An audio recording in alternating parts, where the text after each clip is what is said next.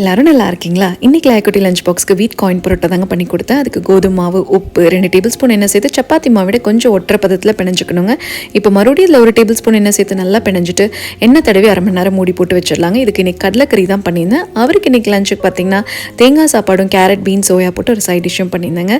இட்லியும் கடலைக்கறியும் தாங்க காலையிலத்துக்கு. ஸோ இப்போ பரோட்டா பண்ணுறதுக்கு பெரிய உருண்டையாக எடுத்துக்கோங்க. அதில் கொஞ்சமாக எண்ணெய் ஊற்றி நல்லா பெருசாக தேய்ச்சிக்கணும்.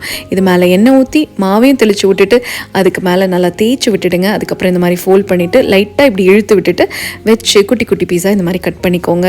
இப்போ ஒரு பீஸ் எடுத்துகிட்டு நம்ம நல்லா இந்த மாதிரி இழுத்து அதை சுற்றி கீழே வந்து டக் பண்ணிவிட்டு ஒரு அழுத்தினோன்னா நம்மளுக்கு சூப்பராக லேயர் கிடச்சிடுங்க. இப்போது நம்ம சப்பாத்தி தவாவில் வச்சுட்டு எண்ணெய் நிறைய ஊற்றி தாங்க திருப்பி போட்டுட்டு வந்தோன்னா சூப்பராக பரோட்டா ரெடி ஆகிடுச்சுங்க. கடைசி ஸ்டெப் ஒன்று இருக்குது. என்னென்னா எல்லாத்தையும் சேர்த்து வச்சு லைட்டாக ஒரு அடி அடித்தோன்னா சூப்பரான வீட் காயின் பரோட்டா ரெடிங்க. இது கூட கொஞ்சம் கடலைக்கறியும் வீட்டில் செஞ்ச ப்ரௌனியும் டேட்ஸும் கொடுத்துருந்தாங்க. லயா குட்டிக்கு, தீரன் குட்டிக்கு எனக்கு பனானா தாங்க கொடுத்துருந்தேன். தேங்க்ஸ் ஃபார் வாட்சிங்.